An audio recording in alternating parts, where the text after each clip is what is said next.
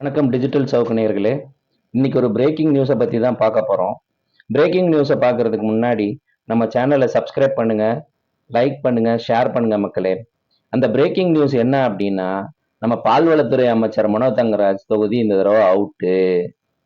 தொகுதியிலே அவருக்கு பயங்கரமான எதிர்ப்பு இருக்கு. உட்கட்சி உள்ளடி வேலை பயங்கரமா நடக்குது. நம்ம சோர்ஸ் மூலியமா நம்ம அங்க விசாரிச்சோம். நார்கோயில், மார்த்தாண்டம், களியக்காவில இது வரைக்கும் நம்மளுக்கு சோர்ஸ் இருக்குது, ஒன்றும் பிரச்சனை இல்லை.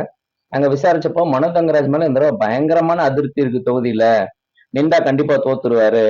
ஏற்கனவே சுபின்னு டிவிக்குல ஒரு வேட்பாளர் ஒருத்தர் நிக்க போறாரு. அவர் தொகுதியில அதிகமா வேலை பார்க்கறாரு. இந்த தடவை காங்கிரஸ் திமுக உட்கட்சி பூசல், அப்புறம் முக்தார் மேல நடவடிக்கை இருக்காதனால நாடார்கள் பயங்கரமான அதிருப்தியில இருக்காங்க. இதை வச்சு இந்த தடவை மனோ தங்கராஜ் கண்டிப்பா நின்னாருன்னா தோப்பாரு. இது போக அவங்க உட்கட்சியில என்ன சொல்றாங்கன்னு பாருங்க. பின்னாடி வீடியோ வருது பாருங்க. 34 பேர் இன்னைக்கு நேர்காணலுக்கு கலந்து கொண்டோம். அந்த 34 பேர்லையும் பெரும்பான்மையானோர் தொகுதியில் உள்ள ஒரு ஆளுக்கு தான் சீட்டு கொடுக்கணும். மனோ தங்கராஜுக்கு சீட்டு கொடுக்கிறதுக்கு யாருக்குமே விருப்பம் இல்லை. ஏனென்றால் மனோ தங்கராஜ் மக்களை சந்திக்கிறதே கிடையாது. ஒரு ஃபோன் பண்ணால் அவர் என்ன செய்ய மாட்டார், எடுக்க மாட்டார். அவருக்கு மேலாளரை அவ்வளோ மக்களுக்கு ஃபோன் அடிக்கிறதில்லை. 16 தொகுதிக்குள்ள அவருக்கு ஒரு வீடோ ஒரு மக்களை சந்திக்க ஒரு அலுவலகமோ கிடையாது. அதனால ஒட்டுமொத்த மக்களும் கட்சிக்காரர்களும் தொகுதியில் உள்ள ஒரு ஆளுக்கு தான் வாய்ப்பு கொடுக்கணும். அப்படி வாய்ப்பு கொடுத்தாதான் இந்த இடம் வெற்றி சுலபமாக அமையும். மனோ தங்கராஜ் கொடுத்தா வெற்றி கடினமாக தான் இருக்கும். அதனால ஒருங்கிணைந்து ஒரு மனதோடு அனைவரும் நேர்காணல் கலந்து கொண்ட அனைவரும் புதிய ஒரு ஆளை, தொகுதியில் உள்ள ஒரு ஆளை வாய்ப்பு கொடுக்க வேண்டும் தலைவர்கிட்ட கேட்டாங்க. தலைவர் கண்டிப்பாக நான் அதை ஆலோசிக்கிறேன், பரிசீலனை செய்கிறேன், கண்டிப்பாக உங்களுக்கு ஒரு நல்ல முடிவை செய்வேன் என்று சொல்லியிருக்காரு.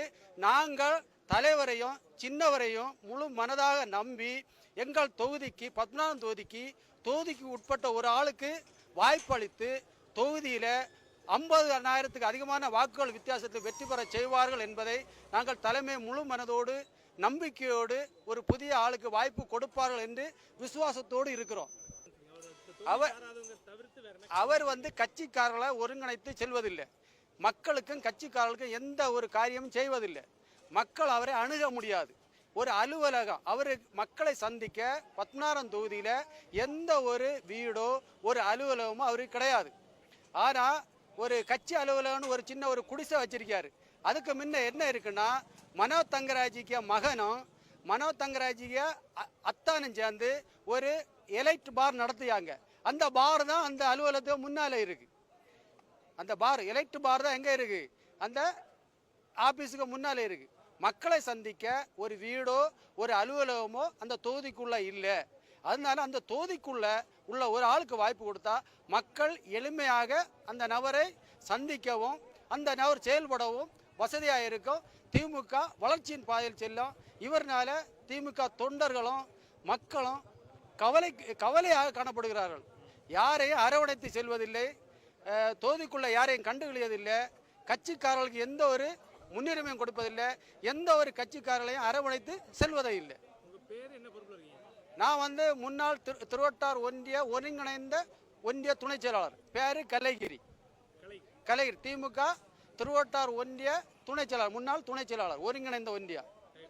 இப்போ எனக்கு பொறுப்பு இல்லை. முன்னாள் எல்லாம் கட்சியில் உழைக்கியவங்களுக்கு யாருக்குமே என்ன கொடுக்கிறதில்லை, அவர் வாய்ப்பு கொடுக்கிறதில்லை. நீங்கள் அவருக்கு அந்த மாவட்ட பொறுப்புலையும் மற்ற மாதிரி பொறுப்புகளில் இருக்கவங்கள பாருங்க, செயல்படாத ஆட்களை தான் என்ன செய்வார், கூட வச்சிருப்பார். தொகுதியில் என்ன கிடையாது, மக்களை சந்திக்க ஒரு அலுவலகம் அவருக்கு கிடையாது. அவருக்கு கொடுத்தா வெற்றி வாய்ப்பு கடினமாக தான் இருக்கும். இப்போ நீங்கள் கேட்டிருக்க 19வது தொகுதிங்கிறது அமைச்சர் மனோ தங்கராஜோடைய தொகுதி, மாவட்ட செயலராக இருக்கக்கூடிய தொகுதி. அவருக்கு கீழே இருக்கக்கூடிய இடத்துல நீங்கள் புதுமுகன் அவர் இருக்கும்போதே கேட்டிருக்கீங்க, என்ன காரணம்? அவர் வேறு தொகுதியில் இருந்தவர். வேறு தொகுதியிலிருந்து அவர் 2 முறை நாங்கள் தலைவர் உத்தரவின்படி நாங்கள் 2 முறை அவருக்கு வாக்களித்து நாங்கள் சட்டமன்றத்துக்கு அனுப்பி இருக்கின்றோம். இந்த முறை இந்த தொகுதியில் இருக்கிற எங்களுக்கு ஒரு வாய்ப்பு கொடுங்கன்னு கேட்டிருக்கிறோம். அவர் பரிசீலிப்பதாக கூறியிருக்கின்றார். நிச்சயமாக நாங்கள் நம்புகின்றோம் புதுமுகத்துக்கு வாய்ப்பு கிடைக்கும் என்று. வாய்ப்பு கேட்கறதுக்கு காரணம் அவர் வேற தொகுதி சார்ந்தவர் மட்டுமா, இல்ல அவர் அமைச்சரா இருந்து நிறைய பிரச்சனை இருக்கு. அவர் ஏற்கனவே ஒரு நடுவில் வருதுல நீக்கப்பட்டார், அப்ப மீண்டும் அமைச்சர் கொடுத்தாங்க, என்ன காரணம் அதுக்கு? இல்ல கட்சிக்காரர்கள் வந்துட்டு வேகமாக வேலை செய்வதற்கு அப்போதைக்கு அந்த புதுமுகங்களுக்கு வாய்ப்பு கொடுக்கும்போதற்கான வேலையில் அதிகமாக ஸ்பீடு ஏற்படும். அதுக்காக இந்த முறை வந்து கழக தொண்டர்கள் அதிகமாக வேலை செய்ய வேண்டும், ஸ்பீடாக வேலை செய்ய வேண்டும், மன கவலை இல்லாமல் வேலை செய்ய வேண்டும். அதுக்காகத்தான் நாங்கள் புதுமுகங்கள் நாங்கள் கேட்டிருக்கின்றோம். இப்போ வழக்கமா ஒரு மாவட்டத்துடைய செயலாளர் எந்த தொகுதியில் போட்டிடுறாரோ அந்த நிர்வாகிகள் எங்க மாவட்டத்தில் தான் அந்த வாய்ப்பு கேட்பாங்க. ஆனா உங்க மாவட்ட செயலாளர் அமைச்சராக இருக்கக்கூடிய தொகுதியில நீங்க அவரை மாத்தணும்னு கேக்குறீங்க. இல்ல அதாவது தொண்டர்கள் வந்து சந்தோஷமா வேலை செய்யணும். அது புதுமுகம் வரும்போதைக்கு தான் சந்தோஷமா வேலை செய்ய முடியும். அதுக்காகத்தான். என்ன பிரச்சனை அப்படின்னு கேக்குறீங்க? இல்ல பிரச்சனை இல்ல, அவர் வந்து 2 முறை வந்து சட்டமன்ற உறுப்பினராக தேர்வு பண்ணப்பட்டிருக்கிறது. நாங்கள் சட்டமன்றத்துக்கு அனுப்பியிருக்கோம் அந்த தொகுதி மக்கள். இந்த முறை வந்துட்டு எங்களுக்கு வாய்ப்பு கொடுங்கன்னு கேட்டிருக்கிறோம். அதுதான் அல்ல, நாங்க வேகமா வேலை செய்யணும். பாத்தீங்களா, தொடர்ந்து ஒருவருக்கே வேலை செய்வதை விட்டு புதிதாக ஒரு அங்க கட்சியினுடைய நிர்வாகிகள் ஜாஸ்தியா இருக்கிறாங்க, உழைத்தவர்கள் ஜாஸ்தியா இருக்கிறாங்க. அப்ப அவங்களுக்கு ஒரு வாய்ப்பு கொடுக்க நாங்க கேட்டிருக்கிறோம். மீண்டும் அவருக்கு கொடுக்கப்பட்ட என்ன பண்ணுவீங்க? தலைவர் சின்னத்தை அறிவித்து வேட்பாளர் இவர் என்று அறிவிக்கும் பட்சம் நாங்கள் எல்லாம் தலைவருடைய உத்தரவுக்கு கட்டுப்படுவோம்.